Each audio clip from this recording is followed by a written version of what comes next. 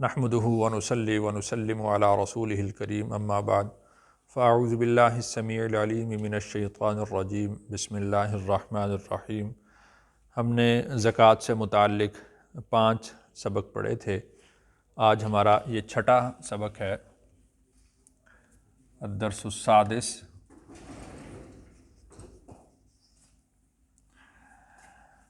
تو چونکہ رمضان المبارک کے متصل بعد صدقۃ الفطر واجب ہوتا ہے، تو اس کے آج تھوڑے سے مسائل ہم دیکھیں گے۔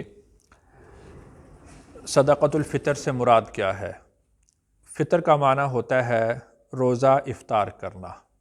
تو جب سارے روزے مکمل ہو جاتے ہیں تو ان روزوں کے مکمل ہونے کی خوشی میں اللہ تعالیٰ نے، رسول اللہ صلی اللہ علیہ وسلم نے مسلمانوں کو صدقہ کرنے کا حکم دیا ہے، تو اس کو صدقۃ الفطر کہا جاتا ہے۔ تو اس میں یہ دیکھیں کہ مسلمانوں کی خوشی ہے، تو مسلمانوں کا کوئی بھی تہوار ہو تو اللہ تعالیٰ کی طرف سے، رسول اللہ صلی اللہ علیہ وسلم کی طرف سے جو غریب مسلمان ہیں ان کی ضروریات کا خیال رکھا گیا ہے۔ دیکھیں کہ عید کا موقع ہے، بہت سارے بچے ایسے ہوں گے جو یتیم ہوں گے، بہت سارے غریب ایسے ہوں گے کہ جو نئے لباس، نئے جوتے نہیں خرید سکیں گے، تو اللہ تعالیٰ نے، اللہ کے رسول صلی اللہ علیہ وسلم نے ہمیں حکم دے دیا کہ تم ان کی خبر گیری رکھو، ان کے لیے تم کچھ انتظام کرو، ان کو کچھ پیسے دو تاکہ وہ بھی اپنی تمہاری خوشیوں کے اندر خود کو شریک کر سکیں۔ تو اس طرح سے صدقۃ الفطر کو واجب قرار دیا گیا ہے۔ اب دیکھیں اسی طرح قربانی کا موقع ہے، اسی طرح یہ یعنی رمضان المبارک کا موقع ہے، تو ہر موقع پر رسول اللہ صلی اللہ علیہ وسلم نے اور ہمارے دین نے غریبوں کا سہارا بننے، ان کو اپنی خوشیوں کے اندر شریک کرنے کا ہمیں حکم دیا ہے۔ تو جب رمضان المبارک کے روزے مکمل ہو جاتے ہیں تو پھر صدقۃ الفطر ادا کرنا واجب ہے۔ تو صدقۃ الفطر سے مراد یہ صدقہ ہے۔ صدقۃ الفطر کا وجوب کس پر ہے؟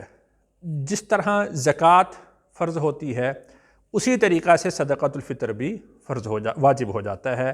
یعنی جس آدمی پر، مسلمان ہو، عاقل ہو، بالغ ہو، آزاد ہو، تو جس طرح زکوٰۃ فرض ہو جاتی ہے اسی طرح صدقۃ الفطر بھی واجب ہو جاتا ہے۔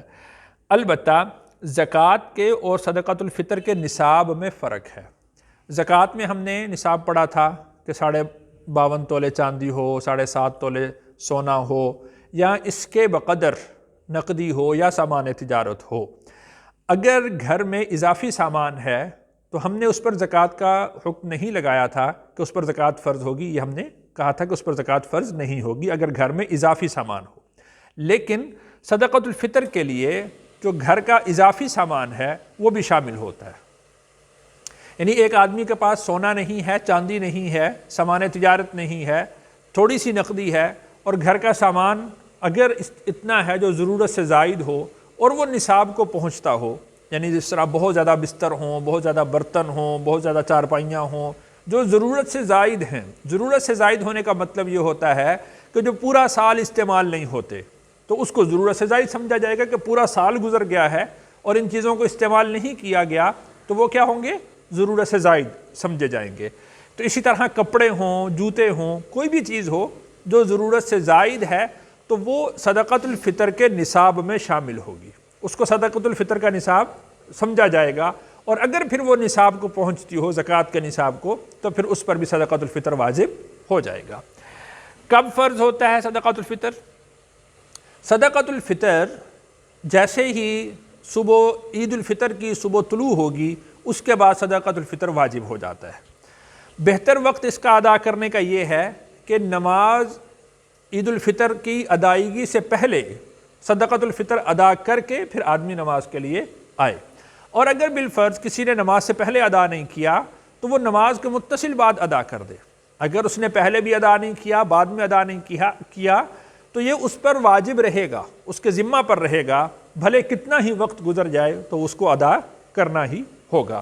ہاں البتہ اگر کوئی شخص پہلے ادا کر دیتا ہے، رمضان میں ادا کر دیتا ہے، تو پھر وہ رمضان المبارک کے اندر بھی اس کا صدقۃ الفطر شمار ہو جائے گا، اس کا ادا کرنا درست ہو جائے گا۔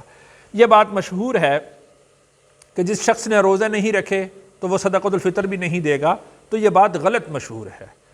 صدقۃ الفطر بھلے وہ روزے رکھے ہوں یا نہ رکھے ہوں، بھلے وہ کسی بیماری کی وجہ سے، عذر کی وجہ سے، یا اس نے سستی کی وجہ سے روزے نہیں بھی رکھے، تب بھی صدقۃ الفطر اس پر واجب ہوگا، اس کو ادا کرنا پڑے گا۔ اسی طرح صدقۃ الفطر کس کو ادا کیا جائے گا؟ جس کو زکوٰۃ ادا کی جاتی ہے اسی کو ہی صدقۃ الفطر ادا کیا جائے گا۔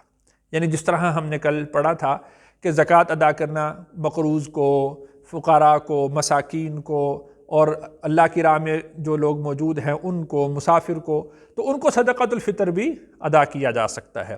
جس طرح زکوٰۃ کسی غیر مسلم کو ادا نہیں کی جا سکتی، اسی طرح صدقۃ الفطر بھی کسی غیر مسلم کو ادا نہیں کیا جا سکتا۔ ہاں البتہ یہ ہے کہ ادا کرنے کا جو نصاب ہے تو اس میں یعنی ایک دن کا جو نصاب ہے، ایک دن کا جو کفارہ جیسے روزے کا ہوتا ہے، تو وہ صدقۃ الفطر کا وہ نصاب ہوتا ہے کہ یعنی جس طرح زکوٰۃ تھی نا 2.5% ادا کرنی، تو 2.5% کا اس کا حساب نہیں ہے، بلکہ اس کا حساب 2.25 سیر گندم ہے۔ سیر چونکہ بڑا ہوتا ہے، اس کو 2.25 کلو، 2 کلو کے حساب سے بھی کرتے ہیں، 2.25 کلو کے حساب سے بھی کرتے ہیں۔ تو جو 2 کلو یا 2.25 کلو جو آٹا ہے، اس کی جو قیمت ہوگی، آٹا بھی ادا کیا جا سکتا ہے، اگر اس کی قیمت ادا کر دے تو تب بھی وہ درست ہو جائے گا۔